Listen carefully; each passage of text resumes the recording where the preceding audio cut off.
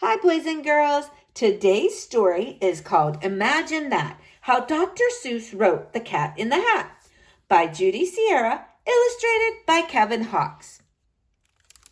Look, boys and girls, there's the Cat in the Hat. Look at all these other hats. I wonder why they're around. Guess we'll have to read and see. Imagine That, How Dr. Seuss Wrote The Cat in the Hat by Judy Sierra, illustrated by Kevin Hawkes.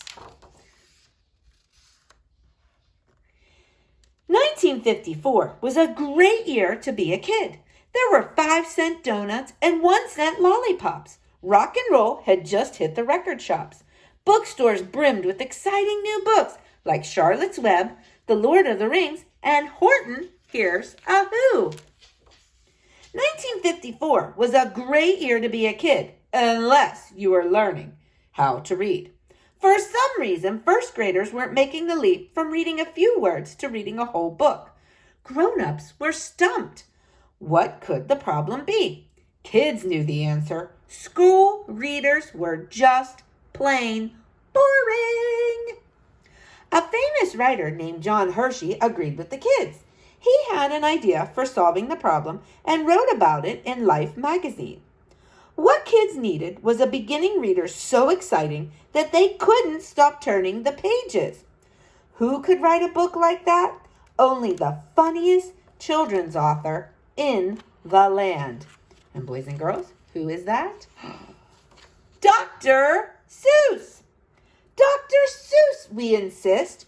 Won't you please write a book that no kid can resist? P.S. Use the words on this no-nonsense list.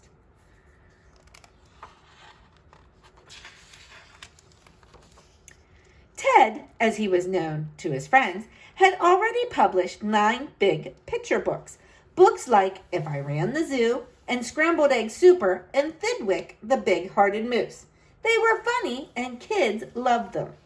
But could he write and illustrate a first-grade reader? Of course. A short little book like that would surely take 1 or 2 weeks. Or so he thought. Each morning after breakfast, Ted went upstairs to his studio. He had a chair and a desk, a drawing board for drawing, and a typewriter for writing. He also had a closet full of outlandish hats. When he couldn't think of the right words, a suitable hat was sure to help. Oh, pages are still. Writing a beginning reader was not as simple as it seemed. For one thing, Ted liked to invent new words for his books. Words like oobleck and itkutch and yurka and woombus and hippo no hungus and dippo no dungus. But in this book, he would only be able to use the words from the official list. I shall write a rip-roaring book about a queen zebra, he declared. He checked the official list. Queen? No, not on the list. Zebra? No, not on the list. Maybe a book about a bird. I like birds. Bird? Not on the list. No! Ted glared at the list. He spied the word cat, and he spied the word hat. Cat rhymes with hat, so I'll just start with that. He reached for his crayons and his colored pencils. The cat needed a whiz-bang story.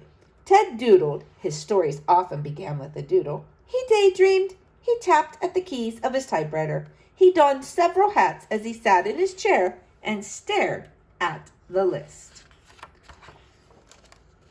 In his head, Ted juggled the words on the list.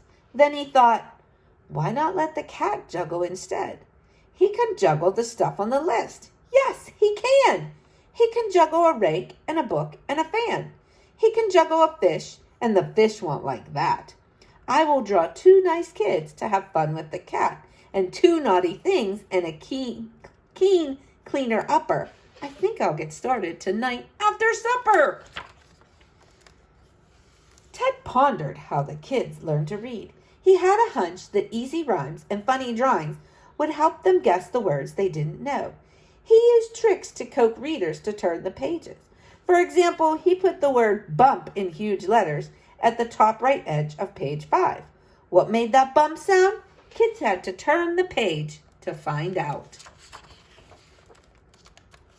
Ted drew, he redrew, he wrote, he revised. It took more than a year until he was satisfied that the book was funny enough and exciting enough and all around stupendous enough for kids learning to read. Ted delivered the manuscript to his publishers in New York. They loved it. Soon, huge sheets of paper rolled off giant printing presses. Workers used special machines to fold the paper, cut it into pages, and sew the pages together, and sandwich each book between two covers. They loaded the books onto trucks, and the trucks rumbled away to the libraries, bookstores, and schools. It didn't take long for the news to spread from kid to kid, from coast to coast. There was a new book, an easy book, a book that was so much fun you just couldn't stop reading it. Everyone had to have a copy of The Cat in the Hat. Ted traveled to Boston, New York, and Chicago to meet kids, sign their books, and give autographs. The first grade reader was a smashing success. He had done it. He had created a fantastic book using only 236 different words. But the great Dr. Seuss didn't stop there. No, he wrote a sequel. The Cat in the Hat Comes Back. And he started to publish more books for kids who were beginning to read.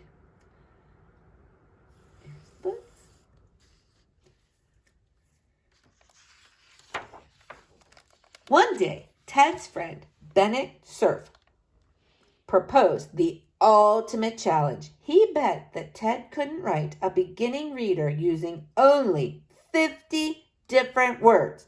And boys and girls, this says only 50 different words. Could he? Would he?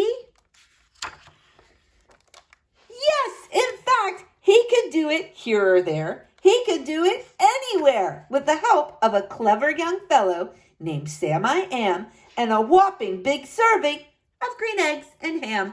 Imagine that.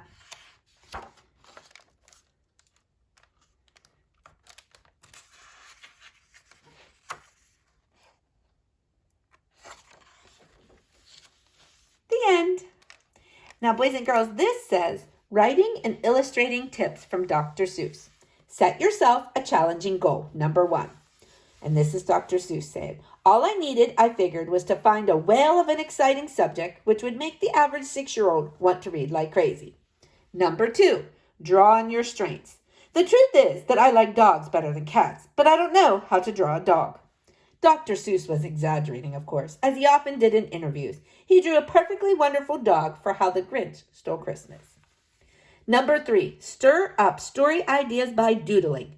Mine always start out as a doodle. I may doodle a couple of animals. If they bite each other, it's going to be a good book. If you doodle enough, the characters will begin to take over themselves after a year and a half or so.